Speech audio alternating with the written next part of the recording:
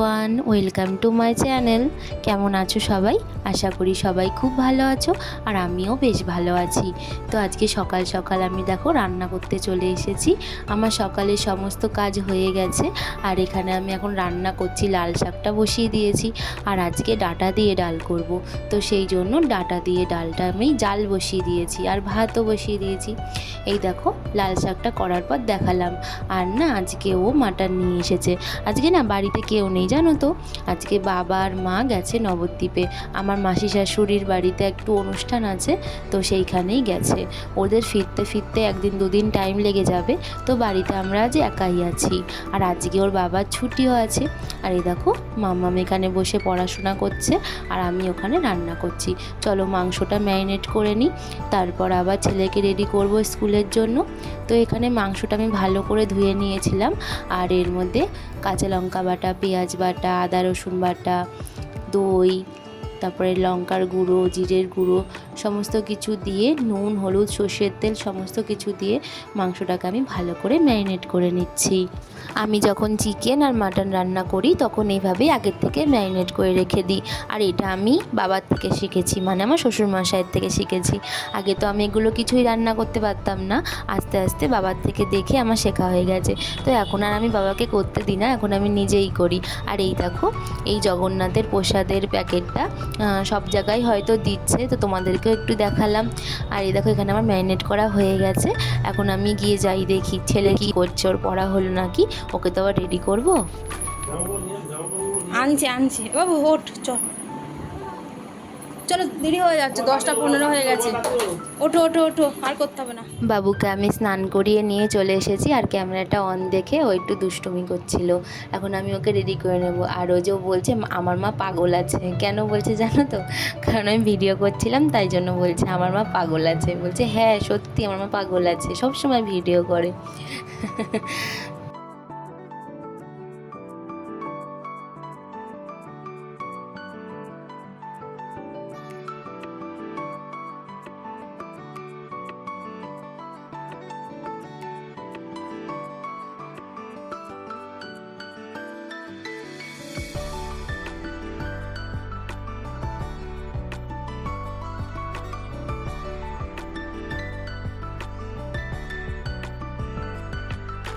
বাবুকে রেডি করে দিয়েছি, আর এখন আমি ওকে টিফিনটা দিয়ে দেবো। আজকেও লেস খাবে বলছিল অনেকবার, তাই জন্য ওর বাবা ওকে লেস এনে দিয়েছে, আর অরিও।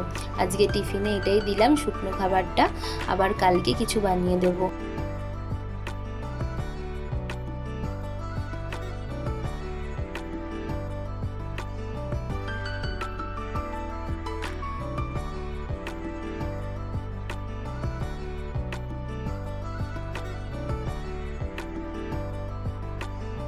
মাম্মামের এখানে বইয়ের ব্যাগ, ওয়াটার বোতল আর হচ্ছে টিফিন বক্স আমি রেডি করে দিয়েছি।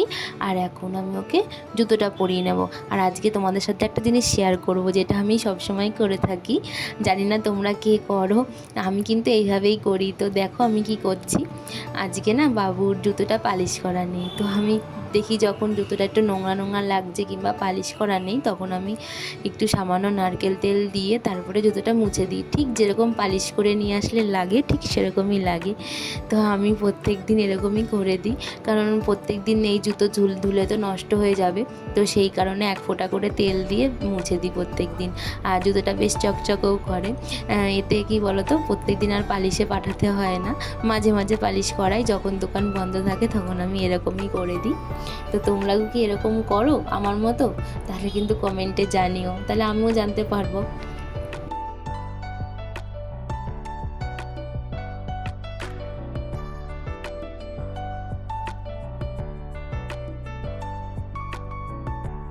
বাবুকে রেডি করিয়ে দিয়ে এখন আমি রান্নাঘরে চলে এসেছি আবার।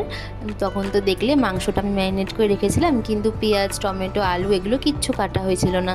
তো সেই কারণে এগুলো কেটে নিচ্ছি। আর ওর বাবা স্নানে গেছে, ওর বাবা স্নান করে আসলে পরে লাল শাক দিয়ে দুটো ভাত খাইয়ে দেবো। যাওয়ার সময় না ওর একদমই টাইম থাকে না, সকালবেলা দোকান করে আস্তে আস্তে 11টা বেজে যায়, তো খাওয়ার টাইম পায় না। আর 11টা 15-এর মধ্যে তো বাবুকে স্কুলে দিয়ে আসতে হয়। তো সেই কারণে ও রেডি হতে থাকে, আর আমি এক কামড় করে ভাত খাইয়ে দিই।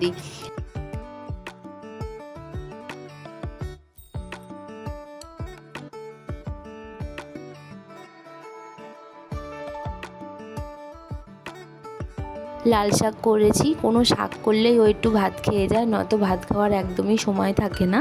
আমি আগেও বলেছি এই কথাটা ব্লগে যে ও শাক খেতে খুবই ভালোবাসে। তো আজকে লাল শাক করেছিলাম, তাই জন্য বললাম যে দুটো ভাত খেয়ে যাও, তাই আমি ওকে খাইয়ে দিলাম। আর এখন ও ছেলেকে নিয়ে বেরিয়ে যাবে। জানো তো, ও যখন থেকে ছেলেকে স্কুলে দিয়ে আসে তখন থেকে আমার একটা সুবিধা হয়েছে, আমি আমার রান্নাঘরের বাদবাকি কাজটুকুনি করে নিতে পারি। আগে তো আমি যখন দিতে যেতাম তখন তো হেঁটে হেঁটে আসতাম, এই রোদের মধ্যে থেকে হেঁটে হেঁটে এসে আবার রান্নাঘরে বাদবাকি কাজটুকুনি করা, আমার না খুব শরীর খারাপ হয়ে যেত। তো সেই কারণে ও বললো তুমি তোমাকে আর দিতে যেতে হবে না, আমি ওকে দিয়ে একবারে কাজে চলে যাব, তুমি একবারে আনতেই যেও। তো সেই কারণে ওই যায় প্রত্যেক দিন ছেলেকে দিতে, আর আমি খালি আনতে যাই। আর এই দেখো মাংসটা আমি রান্না করব দেখে আলুটা ভেজে নিচ্ছি। আর এখানে এই যে সকালবেলা পরোটার দোকান করে গেছে, তো সেই বাসনগুলো ওপরে রয়েছে, এখন আমি এই বাসনগুলোও ধুয়ে নেবো আলুটা ভাজা হতে হতে। আর এই দেখো আলুটাও ভেজে নিয়েছি আমি। আর এখন তেলের মধ্যে প্রথমে চিনি দিয়ে নিলাম, তারপর গোটা গরম মশলা, তেজপাতা, জিরে দিয়ে নিলাম। আর এখন পেঁয়াজ আর টমেটোটা ভালো করে ভেজে নেব।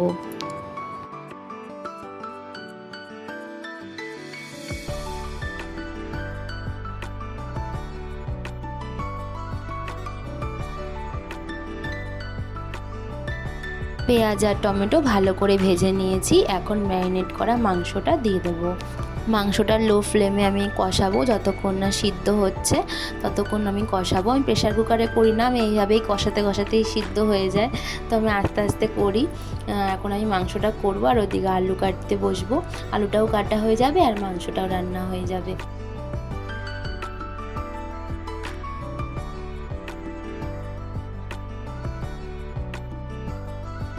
মাংসটা অনেকক্ষণ ধরে কষানোর পরে অর্ধেক সিদ্ধ হয়েছে।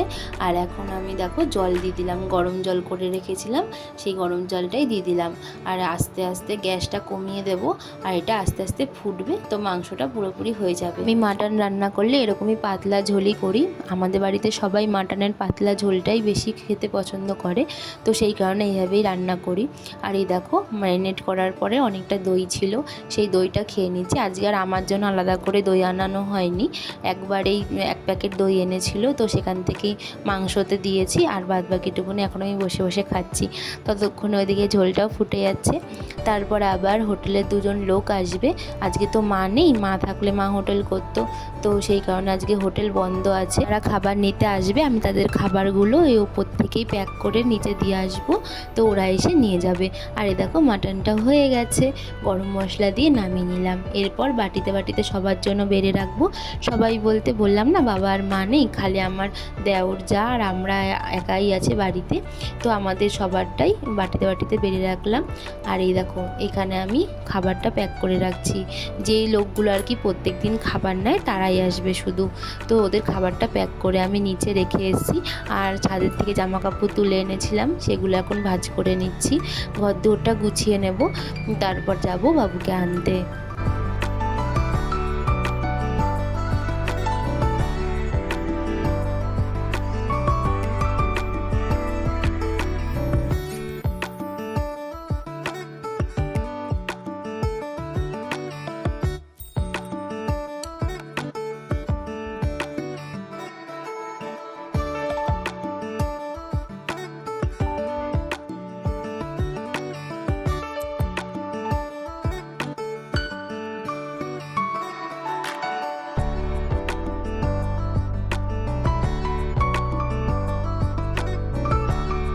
আমার ঘর দোর গুছানো কমপ্লিট, এখন আমি রেডি হয়ে নেব। আর আজকে না বাইরে একটু হালকা হালকা বৃষ্টিও হচ্ছিল, তো ভাবছিলাম যে যাওয়ার সময় আবার বৃষ্টিটা নেমে যায়, তো তবুও দেখি হালকা হালকা রোদ রয়েছে। আমি আজকে তাড়াতাড়ি বেরোচ্ছি একটু। আর আজকে তোমাদের সাথে একটা জিনিস শেয়ার করব। আজকে না মাম্মামের জন্য আমি এই ক্রাফটটা বানিয়েছিলাম, আজকে না মানে কালকে বানিয়েছিলাম, আজকে তোমাদেরকে দেখাচ্ছি আমি। এই দেখো এটা আমি পুরোটাই কাগজ দিয়ে বানিয়েছি, ওদের স্কুলে দিয়েছিল কাজ যে একটা ফুলের স্টিক আর ফ্লাওয়ার ভাস লাগবে, তো সেই কারণে মাম্মামকে বানিয়ে দিয়েছি। আর এই যে ফ্লাওয়ার ভাসটাও আমি নিজের হাতে বানিয়েছি, তোমরা যদি চাও তাহলে আমি আমার এই ভিডিওটাও শেয়ার করব। তোমরা দেখতে পারবে তখন কেমন হয়েছে জানাবে কিন্তু। ওদের স্কুল থেকে বলেছিল যে ফ্লাওয়ার ভাসে কড়ি দিতে হবে, তো আমি কড়ির সাথে কিছু কালারিং পুঁতিও অ্যাড করেছি। কেমন লাগলো জানিও কিন্তু, তাহলে আমার খুব ভালো লাগবে। আর আজকের ব্লগটা এতটুকুনি। কেমন লাগলো অবশ্যই কমেন্টে জানিও, আর ভালো লাগলে একটা লাইক করে দিও। আমার চ্যানেলটাকে সাবস্ক্রাইব করে আমার পাশে থেকো। তো আজকের মতন আসি। Thanks for watching.